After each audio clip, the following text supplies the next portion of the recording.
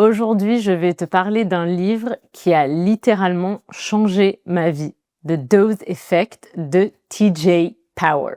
Il n'existe pas encore de traduction en français, donc je l'ai lu en anglais.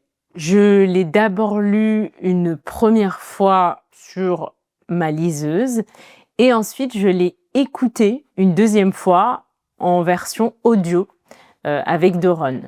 On faisait de longs trajets en van et je me suis dit que ce serait sympa d'écouter un livre audio plutôt que plein de podcasts. Et franchement, on a adoré l'expérience. C'est génial de pouvoir écouter un livre à deux, en discuter, partager nos impressions, approfondir certaines idées. Et avec un livre comme The Dose Effect, c'est encore plus intéressant, je pense, parce que ce livre te fait vraiment réfléchir sur ta vie et sur tes habitudes. Et je crois sincèrement que c'est un livre que je vais relire et réécouter plusieurs fois, tellement il m'a marqué. Dans cette vidéo, je vais donc t'expliquer pourquoi ce livre m'a autant inspiré. Si tu es nouveau ici, je m'appelle Elsa, je suis française et sur Piece of French, je t'aide à améliorer ton français avec des vidéos sur la culture, les voyages, la vie quotidienne et parfois, comme aujourd'hui, je te partage des livres que j'ai lus et aimés. Dans son livre The Dose Effect, le neuroscientifique T.J. Power explique comment rééquilibrer le fonctionnement de notre cerveau grâce à des habitudes simples pour vivre une vie plus heureuse, plus saine et plus productive. Le mot DOSE est un acronyme pour 4 hormones essentielles à notre bonheur. D pour dopamine, O pour ocytocine, S pour sérotonine et E pour endorphine. Personnellement, je trouve ce sujet passionnant. Je pense que comprendre comment fonctionnent ces hormones nous aide à vivre une vie plus équilibrée et plus heureuse. Aujourd'hui, on va se concentrer sur la dopamine et je vais t'expliquer comment l'optimiser au quotidien. Et dans de futures vidéos, si tu le souhaites, je te parlerai aussi des autres hormones car elles sont toutes importantes. Je vais partager avec toi les idées du livre qui m'ont le plus marqué et ce qui a eu le plus d'impact pour moi. Mais je te conseille vraiment de lire le livre si le sujet t'intéresse. Il est vraiment passionnant. Je fais un petit disclaimer avant de commencer. Je ne suis pas neuroscientifique, ni médecin, ni rien du tout du genre. Je vais simplement te résumer ce que j'ai compris du livre et ce que j'en retire personnellement pour ma vie. La dopamine, c'est probablement l'hormone dont on parle le plus aujourd'hui, notamment quand on évoque les effets des réseaux sociaux comme TikTok et Instagram sur notre cerveau. Mais avant de parler de TikTok ou d'Instagram, il faut comprendre le vrai rôle de la dopamine. La dopamine, c'est la molécule de la motivation et de la concentration. C'est elle qui nous pousse à agir, à atteindre nos objectifs, à faire des efforts pour obtenir quelque chose qu'on désire. Dans son livre, T.J. Power explique souvent que pour comprendre notre cerveau, il faut revenir à nos origines, à l'époque de nos ancêtres, les chasseurs-cueilleurs. À cette époque, la dopamine jouait un rôle essentiel. C'est elle qui donnait l'énergie et la motivation nécessaires pour accomplir des tâches vitales, comme chasser pour se nourrir, construire un abri ou trouver de la nourriture. Sans dopamine, nos ancêtres n'auraient tout simplement pas survécu. Et ce qui est fascinant, c'est que même si notre mode de vie a complètement changé depuis, notre cerveau, lui, n'a pas vraiment évolué. On a toujours la même chimie cérébrale conçue pour un monde où il fallait faire de gros efforts pour obtenir une récompense. Aujourd'hui, cette hormone, la dopamine, fonctionne de la même manière, mais notre environnement moderne, ultra connecté, rempli de stimulation, la dérègle complètement. Et on vit dans un monde où il est devenu très facile de stimuler sa dopamine sans faire aucun effort. On peut le faire en quelques secondes grâce à des choses comme la cigarette, l'alcool, la malbouffe. La malbouffe, c'est un mot familier qui veut dire nourriture de mauvaise qualité, trop grasse, trop sucrée, trop salée. En anglais, on dirait junk food, la malbouffe ou encore les réseaux sociaux. À chaque fois, on reçoit une petite décharge de plaisir immédiat. C'est agréable sur le moment, on se sent bien, mais juste après, le niveau de dopamine redescend brutalement. Ce mécanisme, le pic suivi de la chute, explique pourquoi ces comportements sont si addictifs. À l'époque de nos ancêtres chasseurs-cueilleurs, c'était totalement différent. Il fallait des heures d'effort, comme chasser un animal ou trouver de la nourriture, pour obtenir cette même montée de dopamine. Aujourd'hui, on peut déclencher ce même effet en quelques secondes, juste en regardant une vidéo sur TikTok ou en mangeant des bonbons. Mais à force de répéter ce cycle, dopamine chute, on finit par épuiser notre système de dopamine. Le cerveau devient moins sensible à la stimulation et on a besoin de plus en plus de dopamine rapide pour ressentir la même satisfaction. Quand notre niveau de dopamine est bas, on se sent démotivé, on procrastine, on a moins d'énergie et parfois même on a des symptômes dépressifs. Selon TJ Power, les 6 principales sources de dopamine rapide sont les aliments sucrés, l'alcool et les drogues, la pornographie, les réseaux sociaux et surtout les vidéos très courtes, les jeux d'argent et les achats en ligne. À l'inverse de la dopamine rapide, il existe ce que TJ Power appelle la slow dopamine ou la dopamine lente. L'idée principale, c'est que cette dopamine lente, celle qui nourrit ton cerveau sur le long terme, se mérite à travers l'effort. Ça, c'est vraiment une idée très importante à retenir. La dopamine se mérite à travers l'effort. Elle ne vient pas tout de suite. Elle arrive progressivement quand tu as accompli une tâche qui demande de l'énergie et de la concentration. Et c'est justement ce sentiment de progression qui te fait te sentir bien après. Prenons un exemple. Lire un livre. Quand tu ouvres un livre, en général, tu ne ressens pas un plaisir immédiat. Mais après 5 ou 10 minutes, tu commences à te sentir calme, concentré et tu ressens une satisfaction naturelle. Tu es en train de gagner ton plaisir à travers un vrai effort mental. Quand ton niveau de dopamine est équilibré, tu te sens motivé, productif, enthousiaste à propos de ta vie et tu ressens une énergie stable et durable. Apprendre à stimuler naturellement ta production de dopamine chaque jour peut donc vraiment avoir un impact énorme sur ta motivation, ton énergie et ta capacité à poursuivre les choses qui comptent vraiment pour toi dans la vie. Alors, comment faire pour booster ta dopamine naturellement? Dans le livre, l'auteur partage 5 actions principales que tu peux mettre en place au quotidien pour rééquilibrer et renforcer ton système de dopamine. Aujourd'hui, dans cette vidéo, je vais te parler de 2 de ces actions car ce sont celles qui ont eu le plus grand impact pour moi.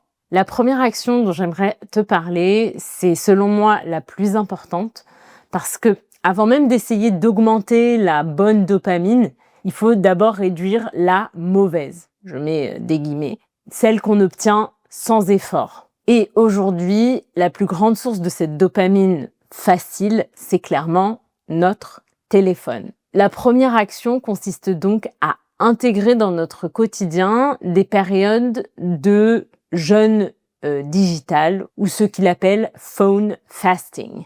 Je pense qu'on peut le dire, on est presque tous accros à notre téléphone et c'est normal, le téléphone et surtout les réseaux sociaux nous donnent des pics de dopamine ultra rapides. Chaque notification, chaque message, chaque like provoque un petit pic de plaisir immédiat. Mais ces pics sont artificiels, ils ne viennent pas d'un effort ou d'une activité enrichissante. Résultat, après chaque montée, il y a une chute et c'est ce qui nous laisse démotivés, fatigués et sans énergie. Les vidéos courtes, particulièrement comme les Reels, les TikTok ou Shorts, provoquent des pics de dopamine énormes. Quand tu regardes ce type de vidéo, c'est génial sur le moment, tu es captivé, mais juste après, bien souvent, tu te sens vidé, apathique ou de mauvaise humeur. D'ailleurs, si tu te demandes, ce type de contenu, les vidéos courtes, est différent des vidéos longues, comme ce que tu es en train de regarder sur YouTube, qui, elles, demandent plus de concentration et d'attention, et donc demandent un effort plus important. Et ce ne sont pas que les réseaux sociaux avec le téléphone, ce sont toutes les notifications, les messages, les emails ou encore les alertes d'actualité négatives. Tout ça vous donne aussi des petits shots de dopamine tout au long de la journée. Pour rééquilibrer ton système de dopamine, TJ Power conseille de mettre en place des moments sans téléphone tous les jours. Ces périodes de jeûne digital permettent à ton cerveau de se régénérer.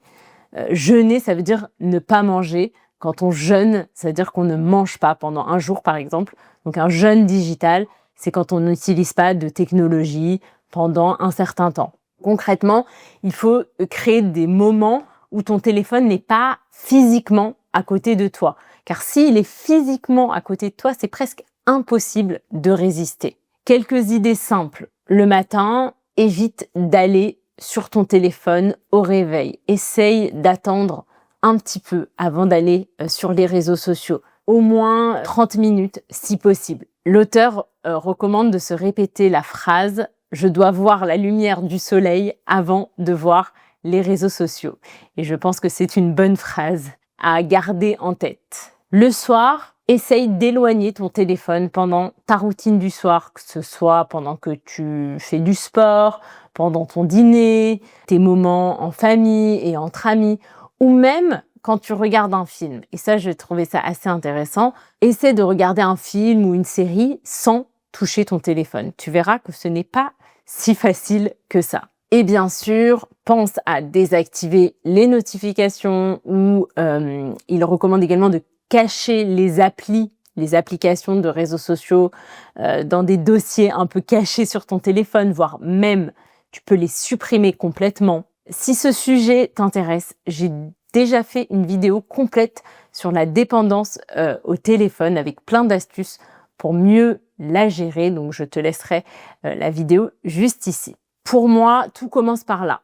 Réduire la dopamine facile, la dopamine rapide, celle qu'on obtient sans rien faire, sans effort, juste en scrollant sur les réseaux sociaux. Et petit à petit, remplacer cette dopamine facile, rapide, par une dopamine lente, celle qui vient de l'action et de l'effort. Et c'est justement ce que propose de faire TJ Power avec l'action suivante, qui est la discipline, et plus particulièrement dans la façon dont on s'occupe de son espace de vie. Tu as peut-être déjà remarqué que faire le ménage, même si c'est une tâche un peu pénible au départ, te donne ensuite une vraie sensation de satisfaction. C'est exactement ça, la dopamine lente. C'est le plaisir qui vient après l'effort, quand tu accomplis une action utile, concrète, qui ajoute de la valeur à ta vie.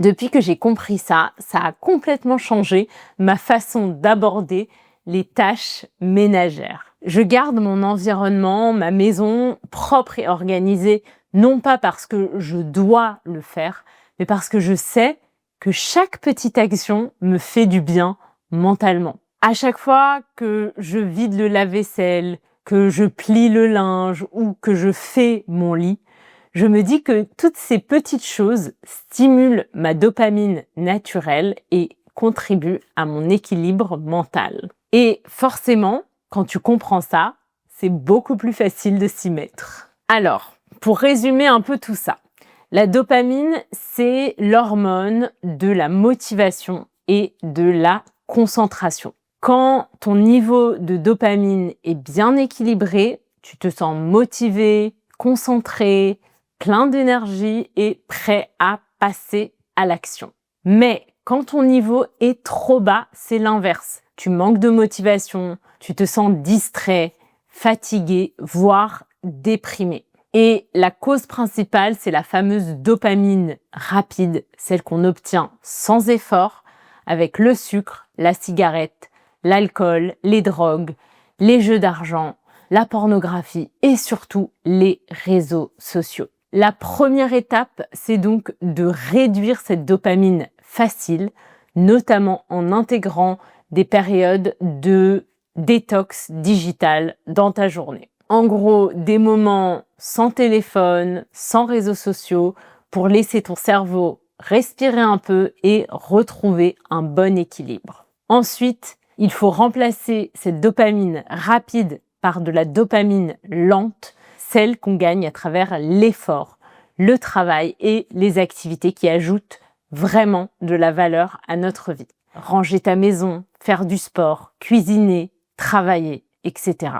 Toutes ces actions qui sont bonnes pour toi, mais qui demandent un effort et qu'on repousse souvent parce que c'est plus facile de scroller sur son téléphone allongé sur le canapé. Mais si tu commences, si tu te lances, même juste un peu, tu verras, la satisfaction vient très vite et elle est bien plus durable que celle d'un like sur Instagram. Et c'est là que la magie opère. Plus tu fais d'activités qui te challenge un peu, plus ton cerveau produit de la bonne dopamine et plus tu te sens motivé, énergique et capable d'aller au bout de ce que tu veux entreprendre. Depuis que j'applique ces deux actions, je me sens clairement plus motivée et plus concentrée. Je travaille mieux, je suis moins distraite, j'ai plus d'énergie. Mais soyons honnêtes, ce n'est pas toujours facile de faire ce qui est bon pour nous.